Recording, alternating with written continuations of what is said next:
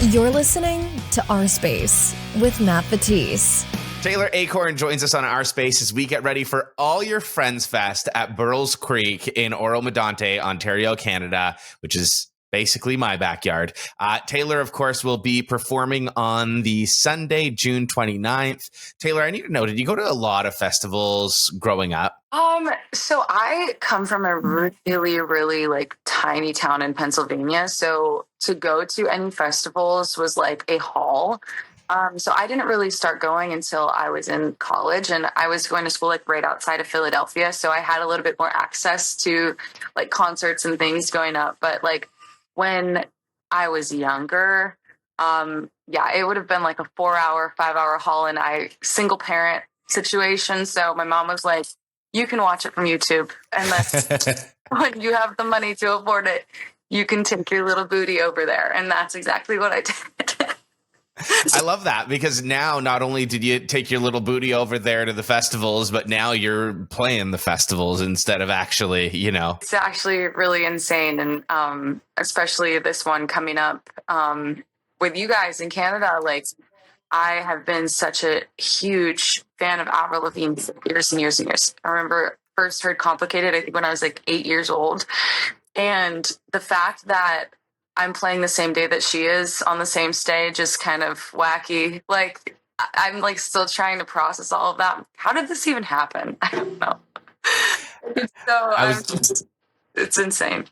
I was going to say, like, I'm looking at your tour dates for the year, and it looks like it's just all festivals. So there's a lot of festivals, a lot of bands that you're going to be sharing the stage with, including All Your Friends Fest and Avril Lavigne. Is there a band or an artist in particular that you're extra excited to share the stage with? And I know you just mentioned Avril Lavigne, so if that's the answer to go to, you can, but anyone in particular? Oh man. I mean, I wish I knew what stages I was playing, and then I'd be, yeah, this is it. But I think I'm like mostly excited. I'm really excited for this one coming up, just because I've been a fan of hers for so long. And I mean, I think as far as like inspiration goes, I'm very inspired by her and her writing, especially her earlier years. And so really excited to hear all of those songs live, because I never got the opportunity to, when she had first popped up on the scene. And of course, Warped Tour is going to be insane. I went to Warped Tour in 2014, and so just to be able to like see it from like an actual fan perspective, and now going into it as an artist, is really crazy. And I've been literally seeing all of the videos from the Warped Tour DC this past weekend, and I'm like, I have FOMO so badly. Like, I wanted to play. But we've got Warped Tour Orlando and Long Beach coming up, and so really excited for that. And When We're Young, I think that one's just crazy, because it's going to be quite literally like every single artist and band that I grew up listening to under or in like one vicinity, and that always feels really weird too. So it's like, I don't know, there's a lot to look forward to. But I think like as far as right now, just the fact that I'm like, it's Avril Lavigne, like that's insane. So I just got back from the Warped Tour in DC, and I was there with some friends that are in a band that played Carpool, and they invited me out. And it was so cool seeing the bands like Carpool and Cliff Diver that are, around our age, that are playing in bands and grew up going to Warped Tour, and now they're playing that set. You can like just see when they're playing, like that extra big grin that they have on their face, right? So that's always really cool, seeing artists play their dream festivals, and seeing you at All Your Friends Fest, share the same stage as Avril Lavigne, and probably later at Warped Tour and When We Were Young, and doing all of these festivals. Do you have a dream festival lineup that you have put together in your head? Oh my gosh. I feel like I have at one point, but I feel like it keeps changing. For me, okay, so I feel like it's going to be a little Warped Tour adjacent. There's going to be some Warped Tour bands. Obviously, I would love to have like Mayday Parade. I would love to have Michelle Branch. I think that would be really cool. In my brain, like I am such an early 90s, like early 2000s, like I guess it would be alternative rock fan. So guess that's what you would classify it. But like bands like Vertical Horizon, I would throw them in there, and I would throw in Goo Goo Dolls, and I would throw in Counting Crows, and then Mayday Parade, myself, probably Paramore. That would be really cool, but I would only tell them that they can play like their first 3 records. But you can only play your first 3 records. I love all of their stuff, but I'm just like particularly, especially their first record, which is crazy. I actually saw, do you know the band Sleep Theory? Yes. Okay, he sings a cover of My Heart by Paramore, and I've been just like listening to the live version on loop. Like, it's so good. I'm like, so just, yeah, I would have them play that first record.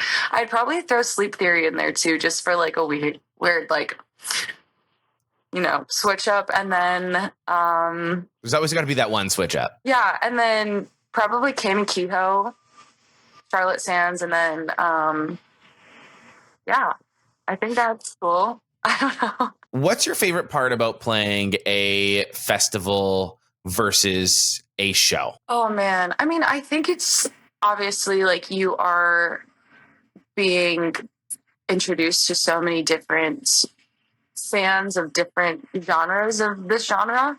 And so I think that's really cool. Like people that may have necessarily never heard of me before, or have maybe heard my music on like Spotify or something that never really were super interested. Like the idea of maybe potentially getting to win them over by live performance, I think is always really exciting. And, you know, how we perform live versus my music, I always feel like live music is just a different experience. And so I always encourage people, like, especially people who are being like not so nice to me online, I'll be like, okay, well, come see us live and then tell me, like, come up to my face and tell me if you didn't like it. And so I think it's like one of those things. It's like just cool to be able to put a different spin on the recorded music and put a different energy out there. I always think that that's really exciting about that. But there is also the chance that like no one wants to see you. And so, because there are so many other bands and things like that. And so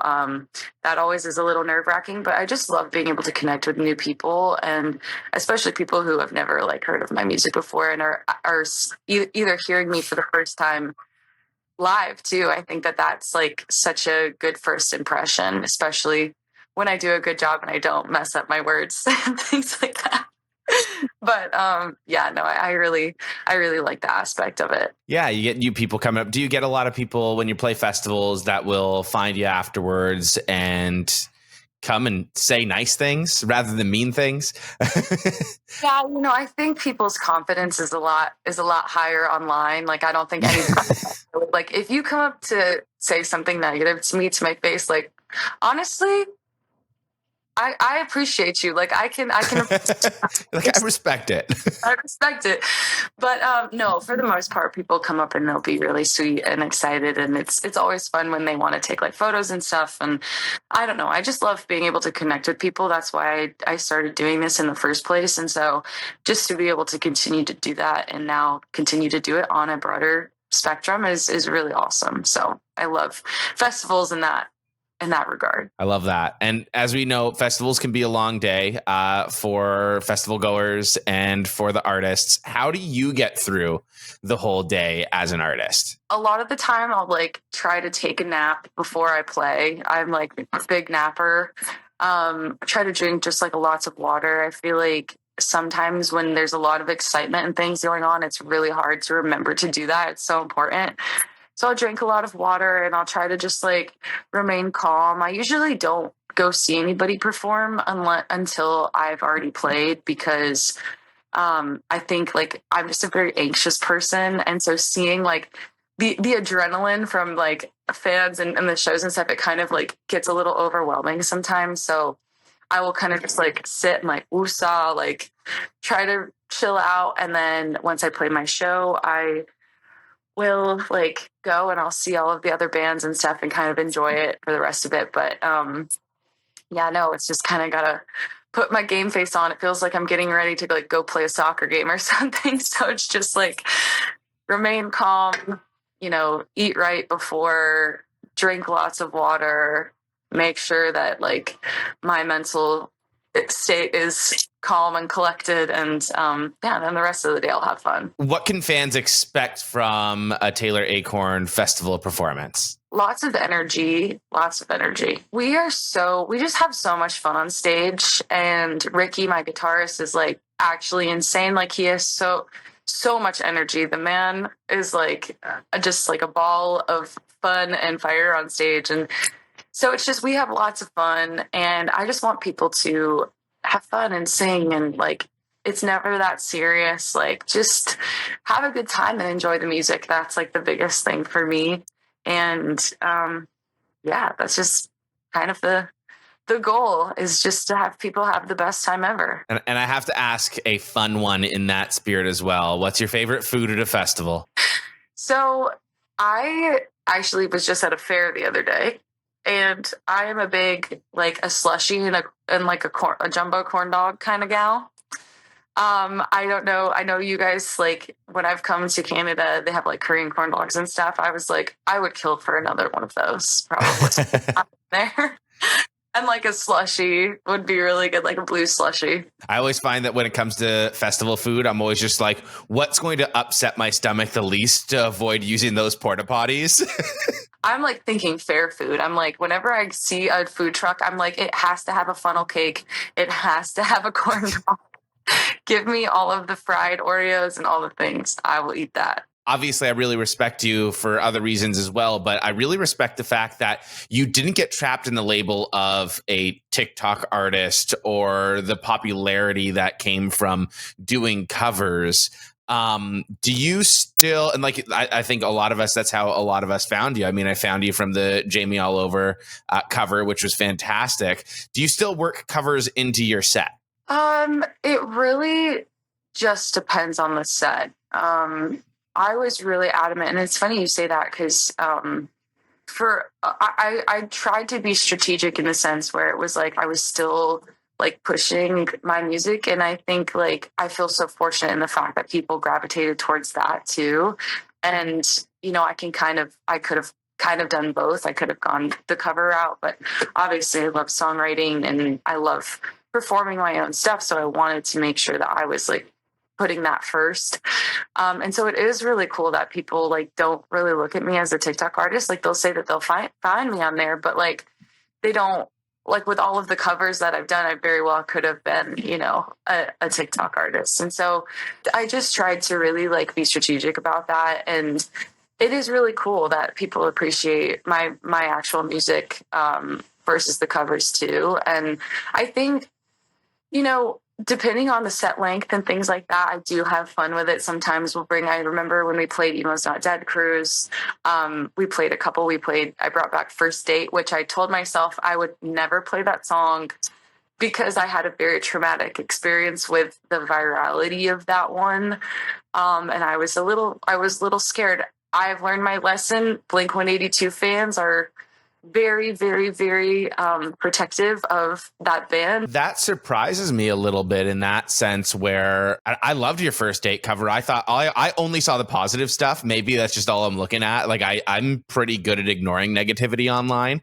But yeah, I saw a lot of people basically talking about using your version of First Date as like walking down the aisle type songs. So there were a lot of people that did and still do, and it's really odd. Like, I'll even have like friends that are going to weddings that will text me and be like, your song is playing right now. And that's really awesome, and I'm very thankful for that. But yeah, no, there were a lot of like TikTok stitches that I got from like 40-year-old men that were not so nice. So I was like, oh man. And that was really like my first experience with like, I think that ended up having like, it was like 24 million views or something crazy. And I was like, ooh, I don't know if I like this. This is scary because it's obviously opening. It just kept hitting the algorithm. And I'm like, okay, anytime now it can just stop. Die down. I'm like, I get it. There's a lot of Blink-182 fans that are like, don't touch it. Don't touch what's not broken and all the things like that. But, I'm very happy I did the cover. And I get so excited every time people come up to me and they're like, I'm using it for my wedding and it's so cool. But they're also there just to see me play my songs. And so I appreciate that aspect of it, but there are covers, like we'll still do Jamie All Over every now and again. And, especially for like meet and greets and stuff like that, people like to hear the covers. And so I'll keep it like in little sacred places, but, usually depending on the set, I'll just play like my original stuff. Because again, that's like, it all comes with like first impression. Like I really want people to be able to appreciate my music too, and not just the covers, even though I love them both. And so I tried to be very adamant about, pushing that first and foremost. But yeah. Yeah, I have to say you did a fantastic job, because I swear it was like one day I was seeing Jamie All Over and a couple of covers, and it was like just at the point where I felt like maybe my brain might start categorizing you as the TikTok cover girl. And then all of a sudden, boom, I'm getting original music. And I'm like, okay, I like this. Like, and then it was just only that. And it was like the quickest switch up I've seen on TikTok ever. And TikTok is so good at categorizing people and putting you in a box and basically telling you to stay in your lane, right? Or you just stop getting those views. And so, I mean, good on you for doing that. Whatever strategy you had in there, it obviously worked. I think it's cool that, you can throw in those covers in the more intimate settings. Do you have a favorite cover that means a lot to you? Oh man. I mean, I think I really, like, still to this day, I love my cover of Unwell that I did of Matchbox 20. I really love that one. I'll still go back and listen to it every now and again. I did a cover of I'm With You, that one was really fun too. And I love to go back and listen to that also too, because it's like things that I did so many years ago. And it's like, wow, I was like trying to make the shift. And I can appreciate it because it's like at that time, it just like it hadn't quite yet happened yet. So like I was doing that Avril cover when I was still essentially making country music. So I don't know. I can appreciate that I was doing that. And there's one that I did a little snippet of that I never fully like ever released or anything like that, but I did do a cover of Round Here by Counting Crows, and that one probably like is one of my favorites as well. It was just like a one take situation. Maybe one day I'll release it, but that's like I still go back and listen to that one too, and this is really cool. I should have put this out. Taylor, I think we're running out of time over here, but I really appreciate you taking the time to chat with us. I'd love to chat with you about so much more, but we're going to call it for this episode and hope to run into you at All Your Friends Fest and hopefully continue the conversation. But Taylor, thanks so much for joining Our Space. Thank you so much for having me. Thank you for listening to Our Space with Matt Batiste. If you enjoyed yourself, please support the show by subscribing and leaving a review.